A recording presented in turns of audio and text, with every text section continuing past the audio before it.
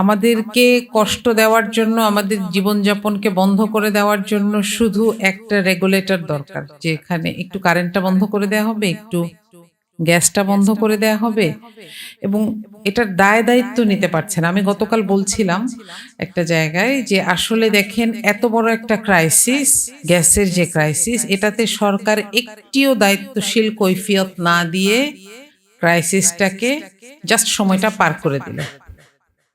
কিন্তু এই সময়ের মধ্যে এই সরকারকে যারা ভোট দিয়েছেন এবং দেন নাই, এই সবাই কেমন ছিল, কেমন আছে, কেউ একটা কথাও বলেন নাই।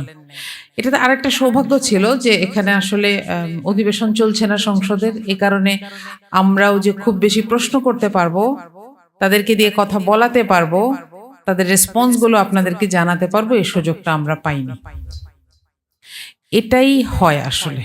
আমরা যে জীবনীগুলোর কথা শুনলাম, যে যারা জবাব দিতে চান না তারা কোনো না কোনো ভাবে মাথা ঘুরিয়ে রাখতে পছন্দ করেন, এবং আমরা দেখলাম যে আমরা আসলে ব্যস্ত, অনেক কিছু নিয়ে ব্যস্ত। আপনারা একটা জিনিস খেয়াল করেছেন কিনা, আজকে সকালে একটা লাশ পাওয়া গেছে। কোথায় বলেন? মানিকগঞ্জে, শহীদ মিনারের সাথে ঝুলানো।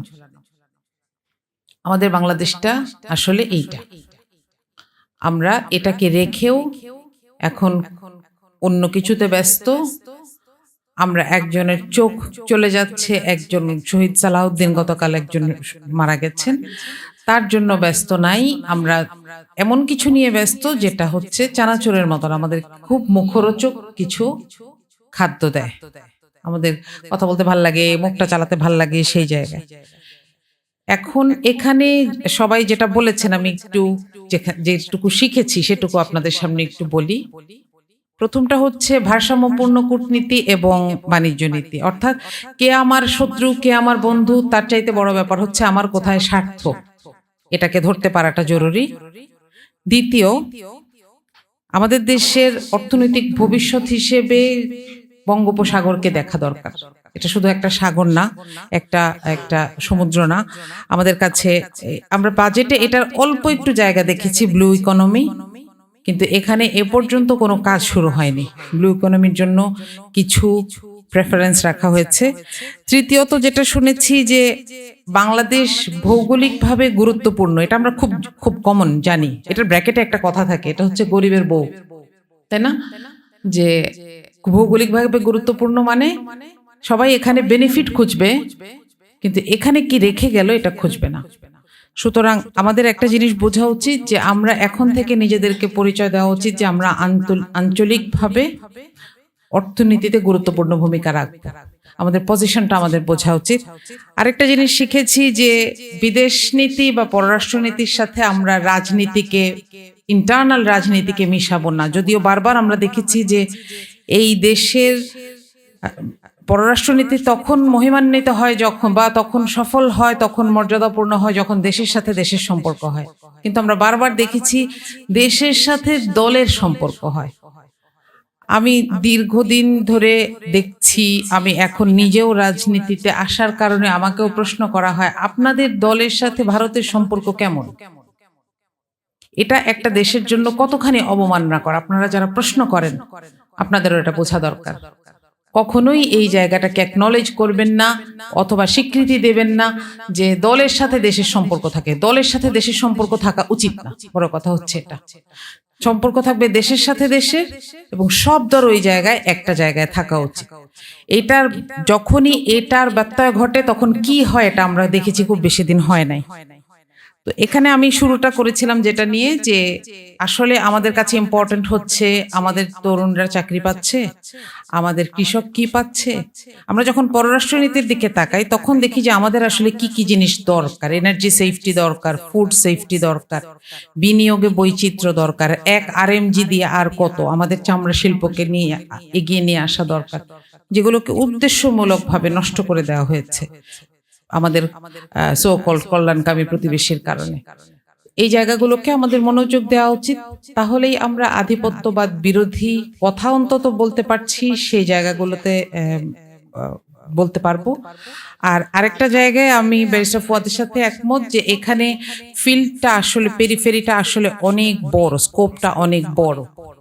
এখানে যদি একটু সেক্টর ওয়াইজ আমরা কাজ করতে পারি, কথা বলতে পারি, তাহলে আমাদের জন্য বুঝতে সুবিধা যে আমরা ভবিষ্যতের জন্য কি বাছাই করব, ফোকাসটা কোথায় করব। আমরা সংসদে এই আমাদের সভারেনিটি সিকিউরিটি নিয়ে আলাপ আলোচনা না করে কার কোথায় কি ভিডিও পাওয়া যাচ্ছে সেটা নিয়ে আলাপ আলোচনা করি। মানে আমরা এমনই অভাগা এক জাতি।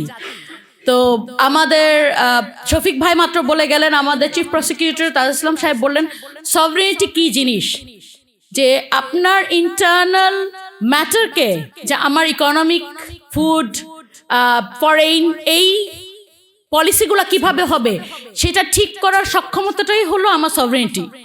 তো আমাদের এখানে কিন্তু আমরা এক্সটার্নাল যে আধিপত্য সেটা নিয়ে আমরা অনেকক্ষণ আলাপ করেছি। সুতরাং আমি আমার বক্তব্যে খুব ছোট করে ইন্টারনাল আধিপত্য নিয়ে একটু কথা বলবো। সেটা হলো কর্পোরেট হেজিমনি। এই যে দেখেন বসুন্ধরা, তারা বিসিবি চেয়ারম্যানকে পর্যন্ত সরিয়ে দিয়েছে তাদের পাওয়ারের মাধ্যমে, কারণ ওনারা তার তৈরিকৃত বিটুমিন থেকে তৈরিকৃত ফুয়েল মুক্ত বাজারে নিজেরা বিক্রি করবে। তা আজকে যখন বসুন্ধরাকে যদি আপনি মুক্ত বাজারে তার নিজের ফুয়েল বিক্রি করতে দেন, বসুন্ধরা ঠিক যেভাবে তাদের টিস্যুর দাম হঠাৎ এক রাতের মধ্যে 75 টাকা থেকে 100 টাকা করে দিয়েছে, সেভাবে ফুয়েলের দাম সে ঠিক করবে। এটা আর গভর্নমেন্টের হাতে থাকবে না। তো এই যে আমার দেশের fuel price and fuel policy ঠিক করার সক্ষমতাটা আর আমার দেশের গভর্নমেন্টের কাছে থাকবে না, এটাও তো এক ধরনের আধিপত্যবাদ। কিন্তু আমরা সেটা চেনার চেষ্টা করি না, বুঝার চেষ্টা করি না। আমি তো মনে করি আনভিরকে আমাদের রাষ্ট্রপতি করে দেওয়া উচিত। অন্তত সেইভাবে আমাদের তার পাওয়ারের একটা স্ট্রাকচার আমরা পাবো, যে কতটুক সে পাওয়ার, মানে রাষ্ট্রপতির তো অনেকটা দানা কেটে দেওয়া হয় না, তো অন্তত আনভিরকে একটু বন্ধ করার জন্য রাষ্ট্রপতি করে দিয়ে যদি আমরা থামাতে পারি। বাট এই গোল্ড থেকে শুরু করে কোনো কিছু, বাইতুল মোকাররমের হেড থেকে শুরু করে উনি তো আর কিছু বাকি রাখে নাই। তো এই জায়গা থেকে আমরা কিভাবে, এই কর্পোরেট হেজিমনি থেকে আমরা কিভাবে বের হয়ে আসব, আমাদের এই সিকিউরিটিগুলো আমরা কিভাবে এনশিওর করব। তারপরে আরেকটা ব্যাপার, আমাদের কিন্তু ইন্টারন্যাশনাল ওয়াটার ল আছে, যেটা তো হলো আপস্ট্রিম এবং ডাউনস্ট্রিমের অনেক ব্যাপার আছে, যে আপস্ট্রিমে যারা আছে তারা কতটুকু পাবে আর ডাউনস্ট্রিমে কতটুকু পাবে। আমরা সারা জীবনে কিন্তু দেখে এসেছি তিস্তা নিয়ে বারবার কথা বলি, আমরা পাই না। আমরা কিন্তু কথাটা বলি কিন্তু কাজটা করি না। আপনাদেরকে একটু আমি যদি ইনফর্ম করি, পাকিস্তান আরো 2 বছর আগে এটা নিয়ে ইন্টারন্যাশনাল কোর্টে ইন্ডিয়ার বিরুদ্ধে মামলা করেছে, কিন্তু আমরা কেন করতে পারছি না এখনো, অথবা আমাদের সেই সক্ষমতাটা তৈরি হচ্ছে না কেন? সেই জায়গাগুলোতে আমাদেরকে চোখ রাখতে হবে, আমাদেরকে আলাপ আলোচনা করতে হবে, এবং আমরা কিভাবে নিজেদেরকে আরো শক্তিশালী করতে পারবো এইসব পলিসি ইস্যুতে, সেগুলো আমাদের যেন সংসদে আলাপ হয় সে আশাটা রাখছি। ধন্যবাদ।